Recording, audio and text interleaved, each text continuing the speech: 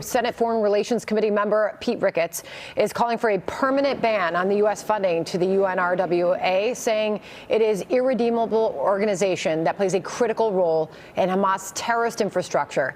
The Nebraska Republican senator joins us now. In your own words, sir, what is it that you want to see happen here?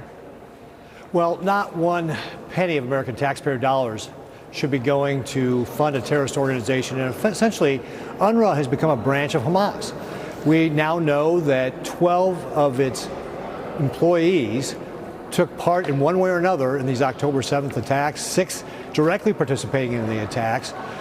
The other 6 either helping with kidnappings, planning logistics, that sort of thing. And this has got to end. And by the way, this is not a newsflash. This does not need an investigation.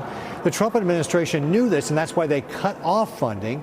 And the Biden administration, as soon as they got into office, resumed that funding. They've already given them $730 million of our taxpayers' money.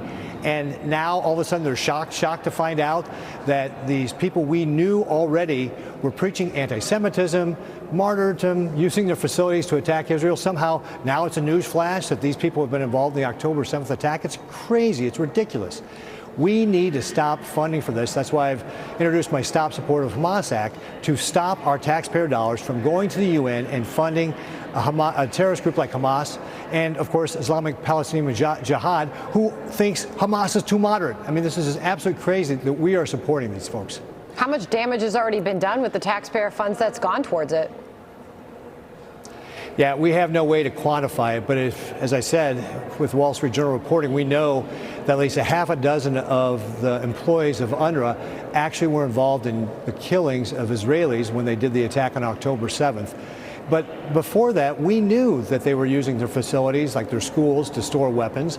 We knew they were using the facilities to launch attacks. We could see the textbooks that were preaching martyrdom and anti-Semitism and attacks on Jews. I mean, this is something that should not be new to the Biden administration, and that's why it's so disappointing to see that they're just now saying they're going to pause it. Pause it, heck, we should stop it. And in fact, if we're going to pass the supplemental, it's got to have permanent language in it that says no more taxpayer dollars to UNRWA. Well, Senator, we used to reserve questions about the southern border for those in border states. Not anymore. This crisis has spread all over the country, and we're looking at this border security deal. It's being negotiated on Capitol Hill. You wrote a letter to Senate Majority Leader Chuck Schumer demanding a 72-hour review period before any votes take place. So have you gotten a response to that yet? Yeah, you're exactly right. This is a big deal, and every state is a border state. We do need time to review the text of the bill. As you know, we have not even received that text yet. But we're not going to be Nancy Pelosi and pass something to read what's in it. We've got to have time to evaluate it. And in that letter, we also said we need administration officials available to answer our questions, because quite frankly, President Biden could secure the border today. President Trump demonstrated he could do that. Biden could do it today if he wanted to. And the fact that we have to pass a bill to try to make it do it is outrageous in itself.